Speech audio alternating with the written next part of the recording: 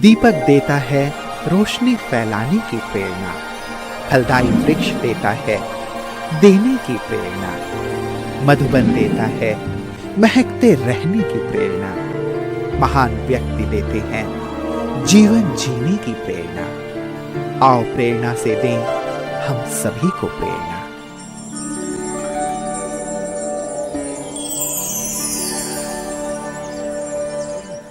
अहमदाबाद गुजरात राज्य का सबसे बड़ा शहर है।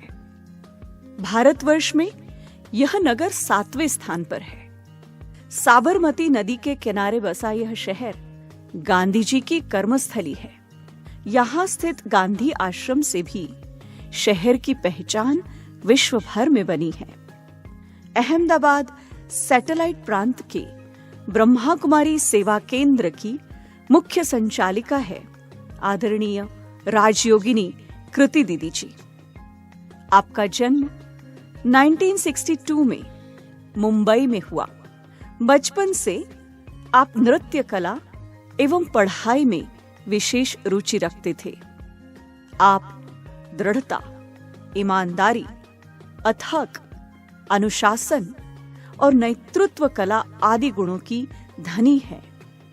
मात्र 11 वर्ष की उम्र में आपको पोरबंदर से ईश्वरीय ज्ञान की प्राप्ति हुई। 1975 में आपने पहली बार अव्यक्त बाप दादा से ईश्वरीय मिलन मनाया। बाप दादा एवं दादियों से विशेष प्रेरणा प्राप्त कर आपने 1980 से अपना जीवन ईश्वरीय सेवा में समर्पित किया। तब से आप अहमदाबाद, नारायणपुरा, सारनपुर, चांदखेड़ा, खोरज, मुंबई आदि स्थानों पर सेवाएं देते हुए 2005 से सैटेलाइट में अपनी सेवाएं दे रही है। आप ब्रह्मा कुमारीज के युवा प्रभाग की राष्ट्रीय संयोजिका है।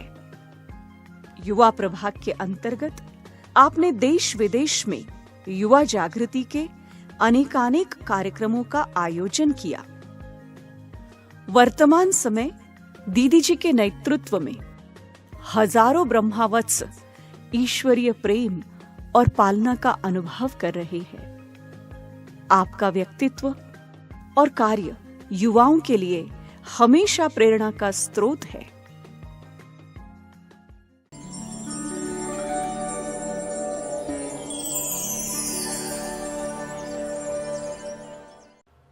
मुंबई में जन्म लिया और शुरू में 5 साल बचपन वहीं बिताए। वही दिन थे जबकि धीरे धीरे मन में 2 बातें थी। एक, कुछ करना है, कुछ बनना है। बहुत छोटी आयु से एक आकांक्षा बनी हुई थी और इसीलिए जहाँ भी कदम रखा वहाँ सफलता ने साथ दिया। बचपन की सफलता ने ही मुझे मोटिवेट किया कि मुझे और आगे और ऊंचे स्वप्नों के साथ जीना है।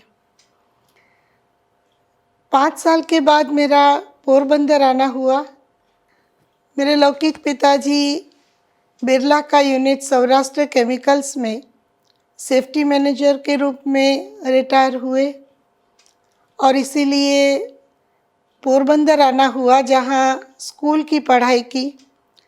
लौकिक माताजी उसी स्कूल में टीचर थी और सेंट्रल बोर्ड की स्कूल होने के कारण हमें स्कूलिंग बहुत अच्छा मिला, जिसने जीवन भर में मुझे बहुत मदद दी। 1973 में शिवरात्रि के दिन माताजी और मैं पहली बार एक ब्रह्मा कुमारीज की गीता पाठशाला में गए, जहाँ प्रवचन दिया जाता था कि शिवरात्रि क्या है। सुनकर के हमें बहुत अच्छा लगा। मैं बहुत छोटी उम्र में थी, लेकिन उस उम्र में भी मैं गीता के क्लासेस नियमित रूप से अटेंड करने जाती थी और इसीलिए गीता से मेरा बचपन से लगाव रहा। घर में भी माताजी वगैरह रोज़ गीता पढ़ते थे और इसीलिए वो एक आध्यात्मिक वायुमंडल लौकिक घर में भी बना हुआ था। थोड़ा और बड़ा होने के बाद हम लोग सेवा केंद्र से और नज़दीक आए और मेरा उस समय सबसे ज़्यादा रुचि का विषय सेवाओं का रहा। बहनों का भी मुझे बहुत साथ मिला। वहाँ की बहनें आसपास के गांव में जब सेवा के लिए जाती थी तो मुझे अवश्य याद कर ले जाती थी और छोटे छोटे ग्रुप्स को समझाना, उनों के साथ कम्युनिकेशन करना, ये मेरा एक जैसे शौक़ बन गया। और धीरे धीरे धीरे वो शौक़ मुझे अपनी ओर आकर्षित करने लगा। फिर भी जीवन का एक फेज़ तो ऐसा आया जिसमें करियर ओरिएंटेड ज़्यादा बनना हुआ। मेरा एक्चुअल विज़न चार्टर्ड अकाउंटेंट का था।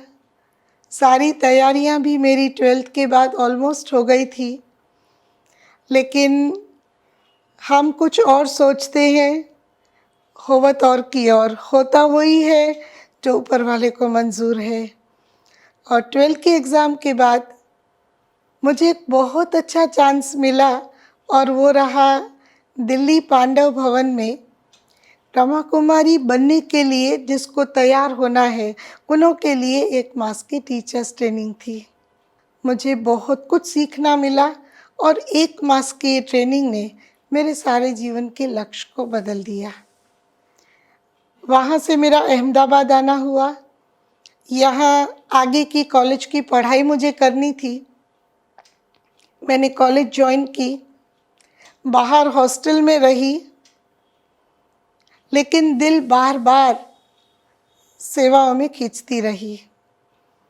यहाँ दूसरा मुझे एक भाग्य ने बड़ा साथ दिया। मेरी इमीडिएट सीनियर हमारी आदरणीय चंद्रिका दीदी, उन्होंने मुझे परखा और उन्होंने मुझे सेवाएं कुछ ऐसी दी जिन सेवाओं के कारण धीरे धीरे धीरे मेरी बुद्धि का समर्पण और आकर्षण बढ़ता चला गया। मैं धीरे धीरे धीरे इन्हीं अनुभूति के आधार पर इस बात को समझने लगी कि जीवन साथी के रूप में अगर बेस्ट है तो ये परमात्मा है। और मैंने कुछ सुंदर से अनुभव अपने पढ़ाई के दौरान किए। जैसे जैसे मेरा मेडिटेशन का अभ्यास बढ़ता गया, वैसे वैसे मेरा कंसंट्रेशन लेवल बहुत अच्छा होता गया। वैसे भी एकेडमिक्स में अच्छी ही थी, लेकिन फिर तो एकेडमिक्स को मैंने हमेशा टॉप किया। 1975 में पहली बार मुझे पांडव भवन माउंट आबू जाने का चांस मिला। पूरा ही परिवार साथ था और जैसे ही हम इतने लंबे सफ़र के बाद वहाँ पहुँचे, वहाँ हमारी आदरणीय दादी जी चक्कर लगाने गेट पर आई हुई थी और उस घड़ी दादी जी की जो दृष्टि पड़ी उसी ने मुझे घायल कर दिया था। और एक अनुभव जो मैंने बहुत स्पेशल किया, वो उस समय दादी जी के साथ प्रशासिका के रूप में मनमोहिनी दीदी जी थी। हम लोग थोड़ा फ्रेश होकर के जैसे ही दीदी जी के पास पहुँचे, मैं छोटी आयु की थी, मैंने बड़े बचपने में जाकर के दरवाजे को पहले खोला और मैंने मेरे सभी लौकिक वालों को पहले कमरे में आने दिया। वो बैठे, उसके बाद दरवाज़ा बंद करके मैं आकर बैठी। और उस समय आध्यात्मिकता की पराकाष्ठा ये बड़ों की परख में है और यही शायद आध्यात्मिकता का सबसे बेस्ट जीवन का अनुभव है। उन्होंने मैं जाकर के बैठी और कहा कि ये टीचर क्वालिटी आत्मा है और ये बात मेरे लिए एक वरदान बन गई। उसी तरह जब पहली बार परमात्मा पिता का अवतरण हुआ और उनसे मिलना हुआ, तो पहला पहला वरदान जो उनके मुख से निकला वो ये था कि अपने हमजिन्स को तैयार करना,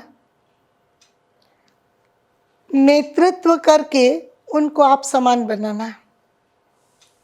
और आज वो वरदान मैं अपने जीवन में प्रत्यक्ष देख रही हूँ जब से यूथ विंग में मेरा आना हुआ। आज हजारों युवा भाई बहनें संपर्क में हैं, संबंध में हैं, और वो वरदान आज मुझे प्रत्यक्ष होता दिखाई दे रहा है। तत्पश्चात जब मिलना हुआ तो दूसरा एक वरदान जो मुझे मिला वो ये था, वो एक वरदान सीख के रूप में मुझे दिया गया था।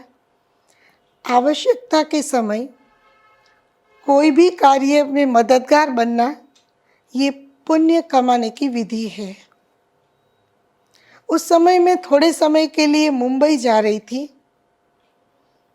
1 मास मेरा मुंबई में रहना हुआ, लेकिन वो ऐसा समय था जबकि वहाँ मुख से ज्ञान सुनाने वाली कोई बहन नहीं थी। यज्ञ की एक बहुत वरिष्ठ दादी, आदरणीय दादी पुष्प शांता दादी जी थी। तो रोज ही मुरली सुनानी होती थी, दादी जी साथ में होती थी, बीच बीच में यज्ञ की बातें सुनाती थी।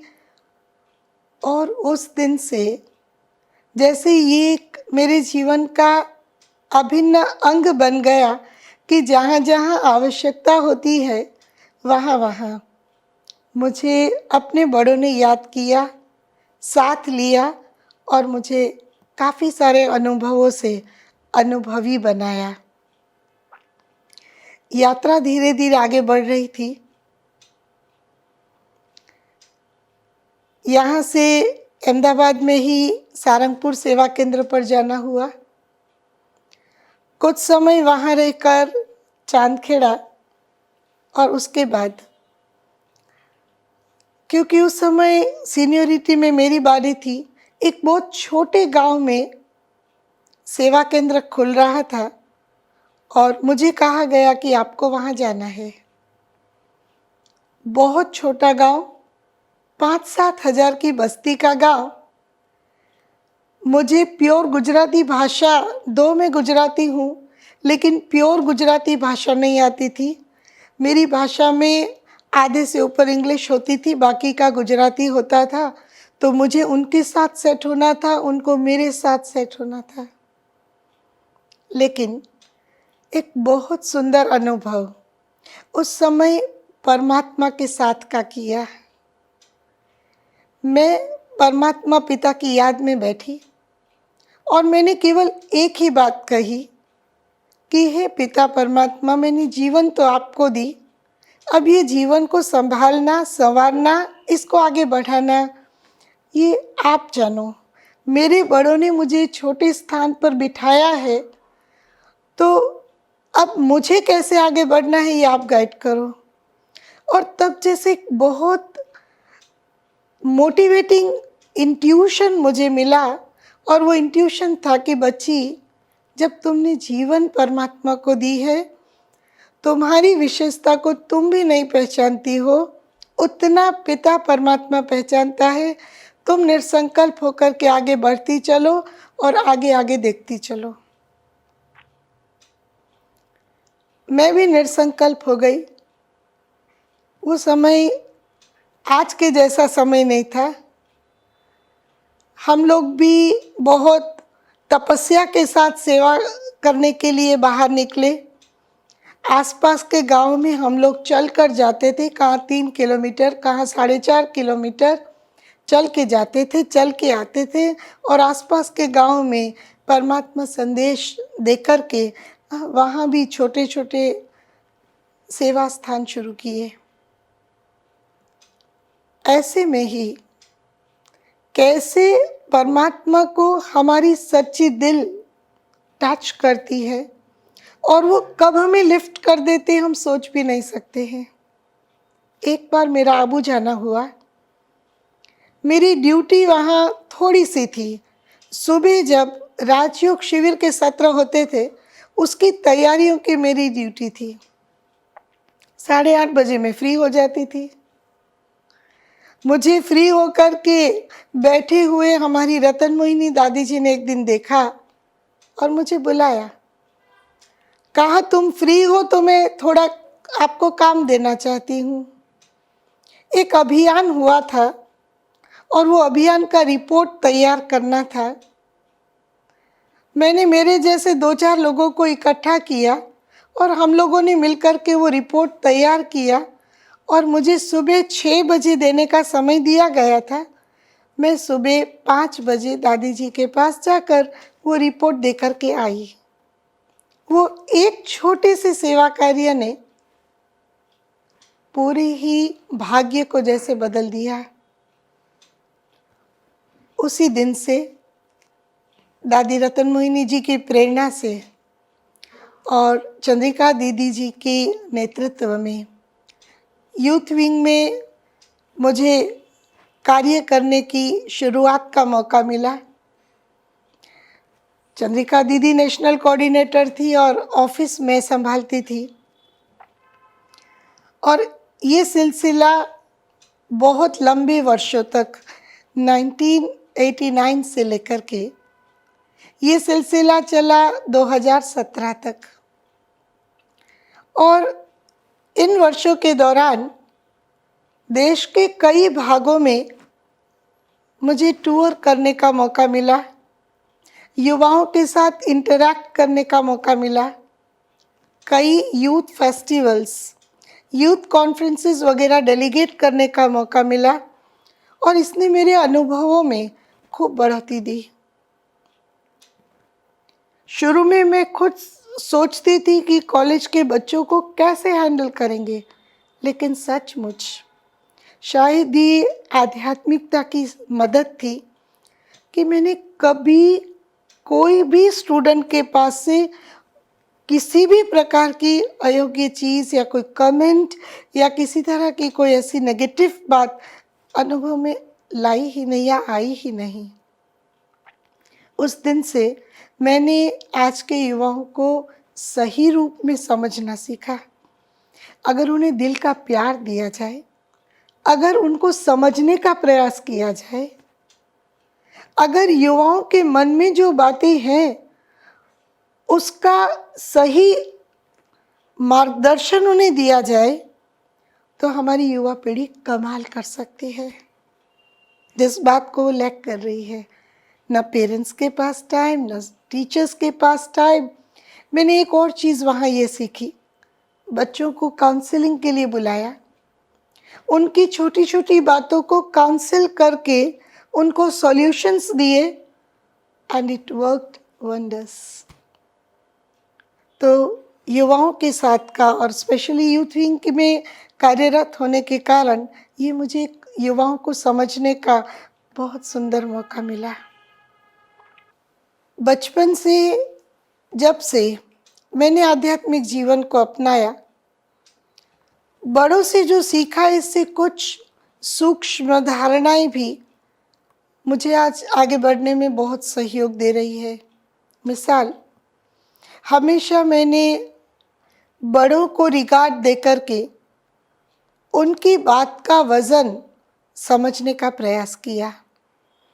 ऑफ कोर्स मैंने बड़ों से अपने दिल की बात या अपने ओपिनियन भी इतना ही फ्रैंकली देना पसंद किया, लेकिन मैंने ये सीखा, इस धारणा ने मुझे बहुत सहयोग दिया कि बड़े क्या चाहते हैं उसे समझें, उस स्वरूप से हम आगे बढ़ें और उस रूप से हम कार्य को करते चले।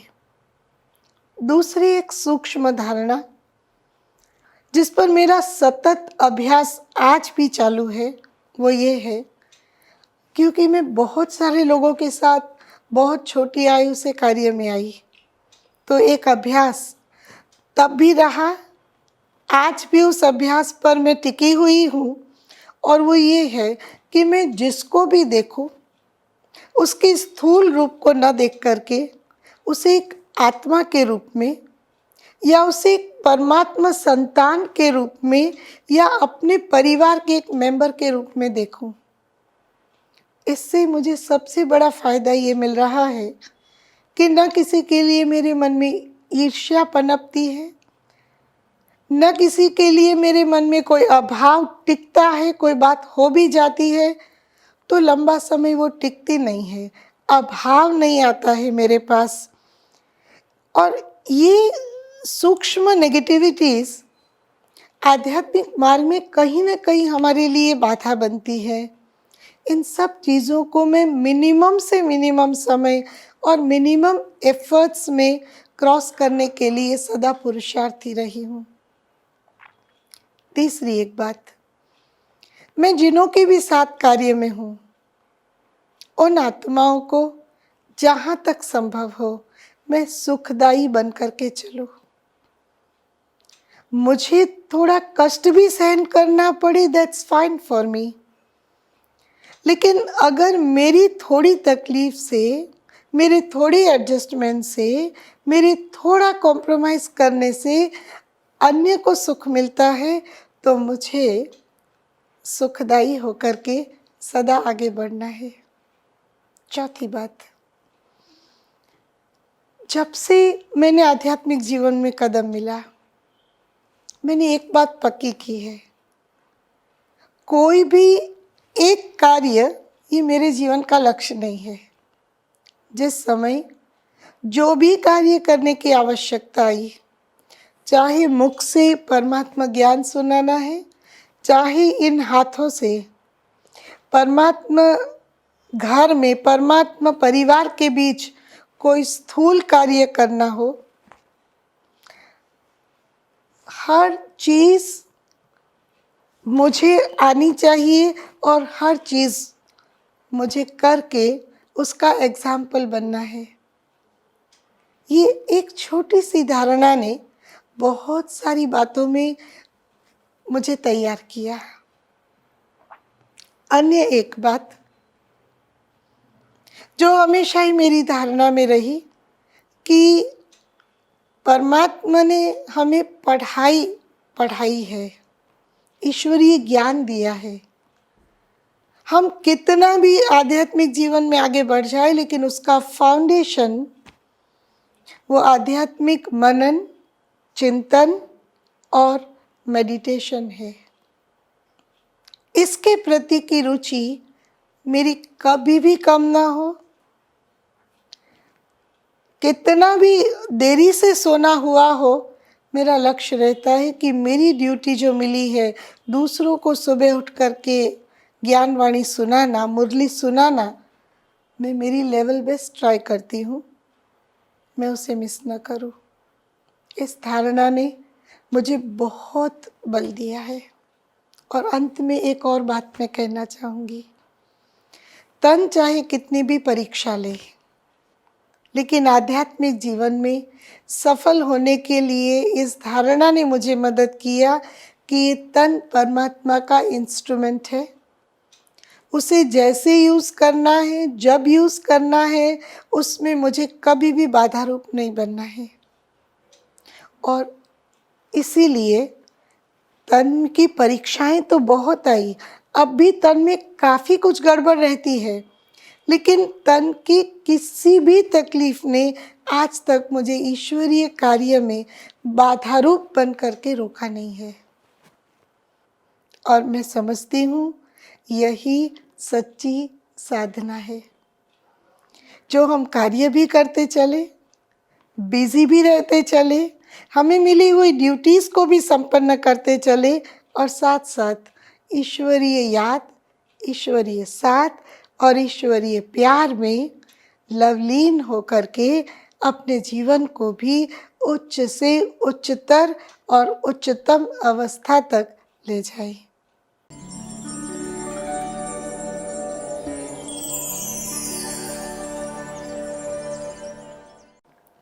मैंने देखा है कि दीदी की जो सेवा की लगन है वो बहुत है। कहीं भी लास्ट मोमेंट में भी जब दीदी को कहीं बड़ों से, किसी से भी, आबू से या सब जोन की मीटिंग होती है, किसी की भी जब सेवा मिलती है तो वो एक यूनिक सोचते हैं, कुछ नया सोचते हैं, कुछ नया करने की उनका एक आस रहता है कि मैं सभी बहनों को या सब जोन में या तो फिर यूथ विंग की मीटिंग में या गुजरात की मीटिंग में हम देखते हैं कि दीदी जी कुछ नया करते हैं, कुछ नया सोचते हैं और सभी के सामने जो पॉइंट से निकालते हैं वो सभी के सामने बहुत अच्छे से रखते हैं। और उसके कारण क्या है कि दीदी जी यूथ विंग में भी नेशनल कोऑर्डिनेटर हैं। कहीं भी कुछ भी सेवाएं मिलती हैं तो अपनी सेवा को जिम्मेवारी से एक लगन पूर्वक वो सेवा को पूरी करते हैं। तो ये as a very good guide, very good teacher and a very good motivator, तो एक मोटिवेशन भी बहुत अच्छा वो देते हैं। बहुत अच्छे काउंसलर हैं। कई लोग जो भी आते हैं बाबा के घर में, चाहे वो ज्ञानी हैं अज्ञानी हैं, तो उनको बहुत अच्छा वो काउंसल करते हैं और उनको एक रास्ता मिलता है। आप अथक है और यज्ञ स्नेही और समर्पित बुद्धि होने के कारण कभी भी कहीं पर भी कहीं से भी आपको सेवा का बुलावा आता है तो आप तुरंत जाते हैं। आप अपनी हेल्थ और अपनी सेवा और यहाँ की सेवा बहुत अच्छे से बैलेंस करके चलते हैं। ये बैलेंस करना मैंने आपसे सीखा है। उनकी जो एक विशेषता मैंने नोट की है वो ये है कि वे हर एक के अंदर में विशेषताओं को परख लेती है और वो उसे इस तरह से काम में लगाती है कि सामने वाले को भी पता नहीं पड़ता कि कब उसका व्यक्तित्व एक साधारण से उच्च व्यक्तित्व का बन गया है।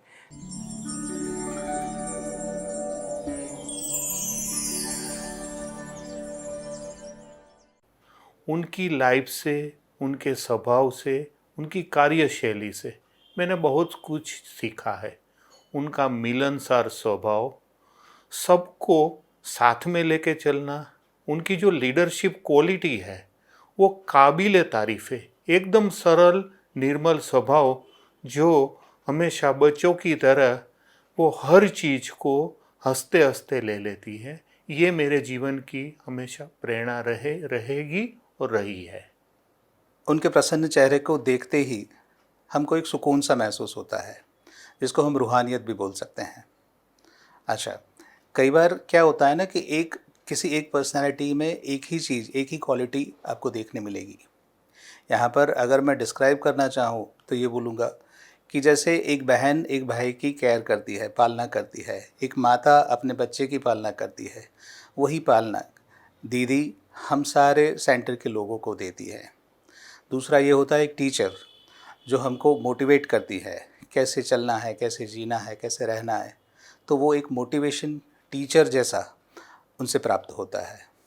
और जैसे एक गुरु होता है कि वो आपको कहीं भी कैसे भी गलत रास्ते पे जाने नहीं देगा, या कुछ गलत हो रहा है या हम जैसे अलबेले हो जाते हैं कई बार, तो वहाँ से वो वापस खींच के वही प्रवाह में हमको जोड़ने में मदद करती है।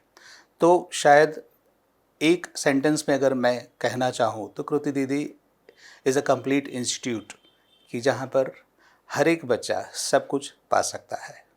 दीदी की ऑर्गेनाइजेशनल स्किल मुझे सबसे अच्छा लगा। वो सबको इन्वॉल्व करते हैं, टीम को साथ लेते हैं, उनके ओपिनियंस लेते हैं, एक फाइनल डिसीजन में अराइव करते हैं और बाद में उसके ऊपर एक्शन लेते हैं। वो टीम बिल्डिंग की जो उनकी कला है मुझे बहुत अच्छा लगा। सेवा में क्रिएटिविटी किस तरह से लाई जाए, इनोवेशन किस तरह से किया जाए, वो उनकी देन है। उसके कारण ही आज यूथ विंग इतनी ऊंचाई पर पहुंचा है।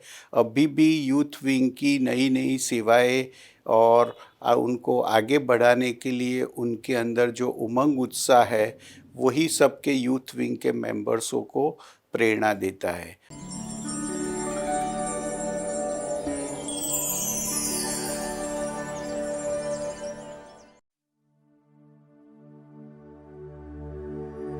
उसे देखना इबादत है, उसे सोचना इबादत है, सुनना भी इबादत है, उसे दिल की सुनाना,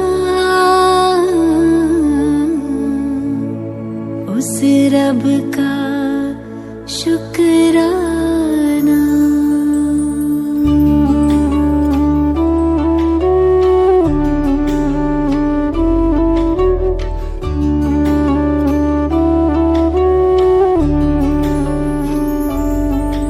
कभी भूल कर भी न उसको भुलाना, कभी भूल कर भी न उसको भुलाना। ए दिल मेरे गाना, उस रब का शुक्राना। कभी भूल कर भी न उसको भुलाना, कभी भूल कर भी न उसको भुलाना। ए दिल मेरे गाना, उस रब का शुक्राना।